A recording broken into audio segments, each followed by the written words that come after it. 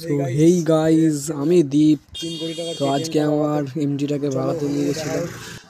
তো এই যে এখন যাচ্ছি, রাস্তা পেরিয়ে পড়েছি, আমরা এখন এগিয়ে যাচ্ছি। তো চলো আর এই রাস্তায় যে দেখা হোক এখন। তো যাচ্ছি গাইজ এখন।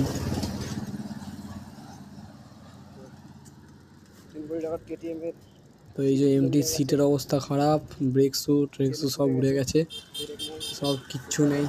অ্যাক্সিডেন্ট হয়েছিল আমার, অ্যাক্সিডেন্টের ভিডিও দিতে পারিনি। আজ আমরা অনেকদিন পর ভিডিও করছি। যারা আমার চ্যানেলে নতুন তারা চ্যানেলটাকে অবশ্যই সাবস্ক্রাইব করে বেল আইকন প্রেস করে আমার পাশে থাকবেন প্লিজ।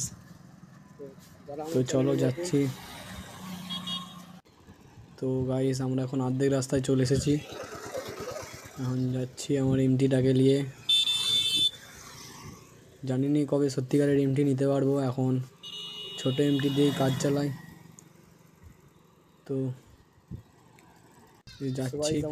3 কোটি টাকার কেটিএম সিটের অবস্থা এতটাই খারাপ যে সিটের ব্রেকটা এমনভাবে বেরিয়ে আছে যে বসলেই আমার পেছনের অবস্থা খারাপ হয়ে যাবে।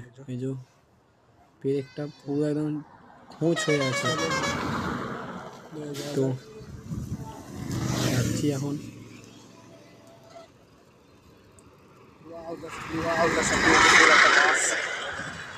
যাচ্ছি এখন।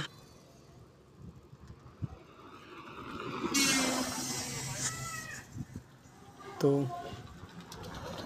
দেখে নিলে তোমরা রাস্তা। তো এতটাই পায়ে লাগছিল যে গাইস হেঁটে যেতে পারছিলাম না, যেহেতু কালকে খেলা ছিল আমার। তো খেলে টেলে আর যেতে পারছি না, তাই সাইকেলে চেপে পড়ে প্যাডেল মারতে শুরু করে দিলাম। তো চলো, সামনে একটা দোকান আছে, ওখানে আমি হাওয়া দিয়ে দেবো সাইকেলটাতে। পায়ে প্রচুর লাগছিল। তো এই যে সেই দোকানটাতে চলে এসেছি। তো হাওয়া দেওয়ার পর দেখা করছি এখন। সাইকেল আমার হাওয়া দেওয়া হয়ে গেছে। চলো এবারে তো ভিডিওটা এটা লাগিয়ে দিই, একবারে দোকানে যেই শেষ করবো। লাগানো হয়ে গেছে, এখন যাচ্ছি।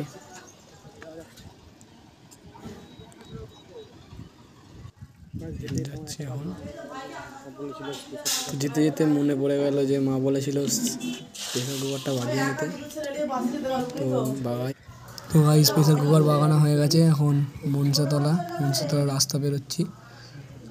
তো তোমাদের জন্য অত্যন্ত রিস্ক নিয়ে ভিডিওটা করতে হয়েছে। এই যে হঠাৎ করে সাইকেলের দোকানটা পেরিয়ে চলে এসেছি।